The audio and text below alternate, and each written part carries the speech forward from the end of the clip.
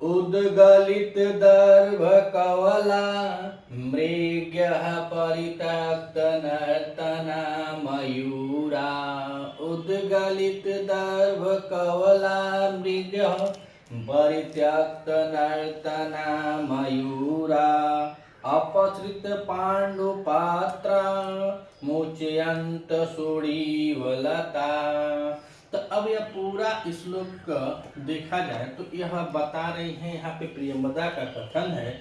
और पूर्व श्लोक में, इससे पहले वाले श्लोक में हम लोगों ने देखा तो वहाँ पे आकाशवाणी हुई थी। आकाशवाणी के माध्यम से इनको आशीर्वाद मिला कि आपका पथ कैसा हो, धूल से युक्त न हो बल्कि उस धूल पर पराग से युक्त हो, और सरोवर जो रास्ते में मिले वह हरे भरे मिले, सूर्य की किरणें आप पे न पड़ें, और कमलिनियों से भरे तालाब आपको प्राप्त हो। तो ऐसी आकाशवाणी होती है। उसके बाद फिर गौतमी कहती है कि पुत्री, अपने संबंधी जन जो लोग हैं उनसे अब तुम प्रेम तुल्य जो तपोवन की देवताएं हैं वह तुमको आशीष सब दे दिए हैं। अब आशीष प्राप्त करके अब तुमको चलना चाहिए, सबको प्रणाम करो। तो गौतमी के कहने पर शकुंतला सबको प्रणाम करती है। कहती है संप्रणाम परिकम्य जनांतिकम, अर्थात सबको प्रणाम करके वह हाथ की ओट से अपने प्रिय सखी प्रियंवदा से एक बात शकुंतला कहती है। करे कि हालाम प्रियंवदे, करे कि हे सखी प्रियंवदा, आर्यपुत्र दर्शनो उत्सुकायाः आप्य श्रम पदम प्रत्यक्त जनत्या दुखेन में चरणो पूर्वतः प्रवर्ते। कह रही हैं कि मैं अपने आर्यपुत्र के लिए, कह रहे हैं कि मैं आर्यपुत्र के दर्शन की उत्सुकता होने पर भी मैं आश्रम की भूमि को छोड़ते वक्त मैं इतनी दुख महसूस कर रही हूँ, इतनी दुखी हूँ कि मेरे पैर बड़े कठिनाई से आगे बढ़ रहे हैं। चूंकि इनको अपने प्रेमी पति के मिलने की उत्सुकता, अर्थात हस्तिनापुर के नरेश दुष्यंत से मिलने की उत्सुकता है शकुंतला को, फिर भी अपने प्रिय सखी प्रियंवदा से कह रही है कि मैं बड़ी कठिनाई के साथ आश्रम से पैर को निकाल रही हूँ, अर्थात बड़ी कठिनाई के साथ मेरे पैर आगे बढ़ रहे हैं। तब कह रही है, प्रियंवदा का कथन है, प्रियंवदा कह रही है कि न केवलम तपोवन विरह कातरा सख्येव, करे कि हे सखी, यहाँ पे कोई तपोवन के जो समीपस्थ जो वृक्ष हैं उनको ही वियोग नहीं है, बल्कि उपवन के वियोग के कारण कर अपितु देखा जाए तो तुझसे विदा लेते हुए यहाँ जो तपोवन के जो जीव हैं, जो तपोवन के वृक्ष हैं, वह भी तेरे समान ही अवस्था में दिखाई दे रहे हैं। जैसे तुमको एक तरफ उत्सुकता तो है अपने पति से मिलने की, दूसरी तरफ बड़ी कठिनाई से, बड़े दुख के कारण तुम्हारे पर आगे बढ़ रहे हैं, ठीक वैसे ही यहाँ उत्सुकता तो सबको है। इस तपोवन के समीपस्थ जितने भी वृक्ष हैं, जितने भी वनस्पतियां हैं, जितने भी जीव जंतु हैं, जितने भी स्नेही जन हैं, सबको उत्सुकता है कि आज तुम पति गृह जाओ, लेकिन उनका दुख अंदर ही अंदर क्या है उसके बारे में अब बताया गया है। तो कवि कालिदास जी की रचना है और यह प्रियंवदा के माध्यम से कह रहे हैं कि जो मृग हैं, अर्थात जो पशु हैं, मृग हैं, हिरण जो होते हैं, तो कह रहे हैं कि हिरण जो हैं उद्गलित दर्भ कवला, उद्गलित मानो उगल रहे हैं, दर्भ माने कूस, कवला माने कवर, तो जो कवर वह कूस के खाए हुए थे उन कूस के कवरों को क्या कर रहे हैं, उगल रहे हैं। काहे? शकुंतला अपने पति के घर जा रही है, इस वियोग के कारण उस तपोवन में वह वृक्ष ही, वह लताएं ही नहीं दुखी, बल्कि वहाँ के जो जीव जंतु हैं, जो स्नेही जन हैं, जिससे इनका मिलन होता था, जिनको यह पाली पोसी थी, जिनसे इनका स्नेह संबंध था, वह सब दुखी हैं। उसी को बताते हुए प्रियंवदा कह रही है कि न केवलम तपोवन विरह कातरा सखे, हे सखी, तपोवन के वियोग से केवल तू ही दुखित नहीं हो, बल्कि तुम्हारी विदाई के समय उपस्थित होने के कारण तपोवन की भी तेरे समान दशा हो गई। जैसे तुम्हारी दशा है वैसे इनकी भी दशा है। तो किसकी दशा को बता रही हैं? तो कह रहे मृग, जो यहाँ पे जीव है, मृग को देखा जाती है नहीं कि मृगीय हो चाहे हिरण हो, मृग क्या मतलब जीव जंतु भी और भी जानवर आ जाते हैं।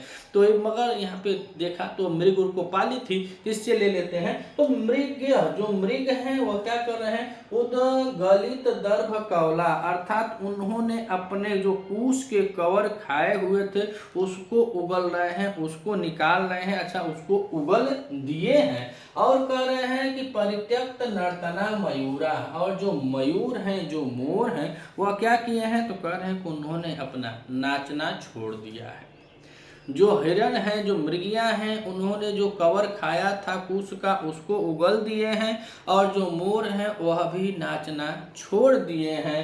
और आगे बताएगी कि अपृष्ट पांडु पात्रा मुच्यंत सूड़ी इव लता। तो जो यहाँ की लताएं हैं उन लताओं के बारे में कह रहे हैं कि जो लताएं हैं, जो भी आगे आएगा वन ज्योत्सना लता इत्यादि का वर्णन है, तो उन लताओं के बारे में कह रहे हैं कि जो लताएं हैं वो क्या कर रही हैं, तो कह रहे हैं कि अपसृत पांडु पात्रा, अर्थात तो वह अपने पांडु माने पीला, पात्रा माने पत्र यानी पत्तों को, अपने पीले पत्रों को डाल रहे हैं, अर्थात तो वह वहां से जितनी लताएं हैं वह अपने टहनियों से, अपनी तनावों से, अपने टहनियों से वो क्या करें, पीले पत्रों को गिरा रहे हैं, पीले पत्तों को गिरा रही हैं। और कैसे गिरा रहे थे, कहने यू मानो आमुंचती सूड़ी, मानो कि वह क्या कर रही हैं, अपने आंसुओं को डाल रही हैं, वह पीले पत्ते गिराकर ऐसा महसूस हो रहा है कि वह लताएं भी तुम्हारी विदाई के समय रो रही हैं, आंखों से आंसुओं को गिरा रही हैं। तो इसी बात को प्रियंवदा बताती है। तो आइए एक बार और देखते हैं। उद्गलित दर्भ कवला मृग परित्यक्त नर्तना मयूर। तो कह रहे जो मृगियां हैं, जो मृग हैं, उद्गलित दर्भ कवला, अर्थात वह क्या किए हैं, तो कह रहे हैं कि जिन्होंने कुशाओं का जो कवर खाए थे उसको उगल दिए हैं। और इसमें देखा जाए तो उद्गलित दर्भ कवला या भी ताम ता या भी ता, अर्थात यहाँ पे बहुब्रीहि समास हो जाएगा, बहुब्रीहि समास है। इसमें क्या है, बहुब्रीहि समास है। तो जो मृग हैं उन्होंने अपने कुश के कवर को उगल दिए हैं, जो मृग हैं, जो मृगियां हैं, वह अपने कुश के कवर को उगल दिए हैं। और मयूरा, जो मयूर है, प्रत्यक्त नर्तना, वह क्या किया है, वह अपने नाच को छोड़ दिया, यानी प्रत्यक्तम नर्तनम ऐते, अर्थात यहाँ भी कौन सा समास हो जाएगा, यहाँ भी बहुब्रीहि समास हो जाएगा। कौन सा समास, बहुब्रीहि समास होता है।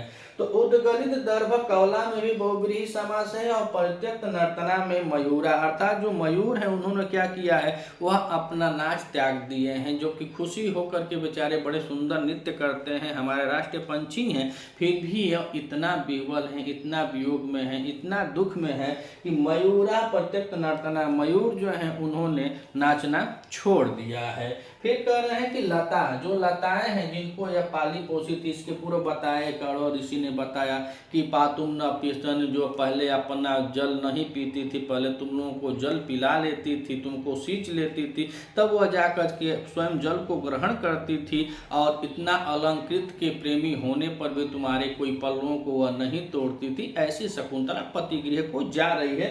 तो यहाँ पे लताओं के बारे में करें, जो लताएं हैं वह क्या कर रहे हैं, तो अपसृत पांडु पत्रा, वह भी पीले पत्रों को छोड़ रही हैं। और अपृष्टानि पांडानि पत्राणि याम ताब्ता, यह भी क्या हो जाएगा, बहुब्रीहि समास हो जाएगा। इसमें भी कौन सा समास है, तो बहुब्रीहि समास होता है।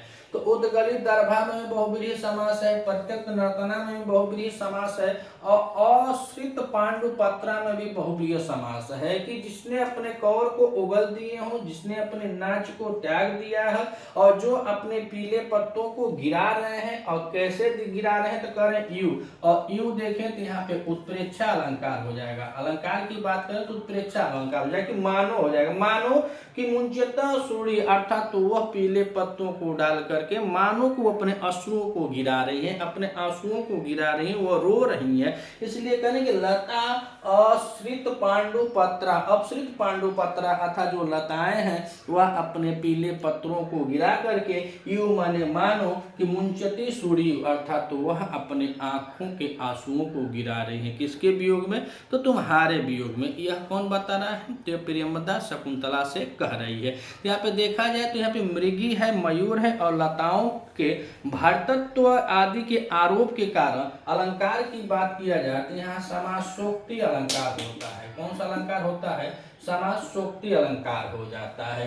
कथन किसका है, प्रियंवदा का है, और प्रियंवदा किसको बता रही है, तो शकुंतला को बता रही है। इसके पूर्व शकुंतला कह रही है कि मैं बड़ी उत्सुक हूँ आर्यपुत्र अर्थात दुष्यंत से मिलने को, लेकिन फिर भी मेरे पैर बड़े दुख के साथ आगे बढ़ रहे हैं। तो उसी पर बता रहे हैं कि दुखी तुम ही नहीं हो, बल्कि इस तपोवन में जितने भी वृक्ष हैं, जितने भी जीव हैं, जितने भी भी लोग यहाँ पर तुम्हारे स्नेही जन हैं वह सब लोग दुखित हैं और तुम्हारे दुख में ऐसे ऐसे हो रहा है कि मृग ने अपना कवर गिरा दिया है, मोर ने अपना नाचना त्याग दिया है और जो लताएं हैं वह पीले पत्तों को गिरा करके मानो कि वह तुमको अश्रु सहित विदाई कर रही है। अगर आप इस चैनल पर नए हैं तो चैनल को सब्सक्राइब कीजिएगा। वीडियो अगर आपको अच्छी लगे तो अधिक से अधिक शेयर कीजिएगा। विशेष करके जो भाई बहन टीजीटी की नई तैयारी करना चाहते हैं वह अभ्यास के लिए हमारे साथ जुड़ सकते हैं। प्रतिदिन हम इस चैनल पे सानिध्य साहित्य चैनल पे साहित्य के एक एक श्लोकों का हम लोग अभ्यास करते हैं। मिलते हैं अगले वीडियो में, तब तक के लिए नमः संस्कृत।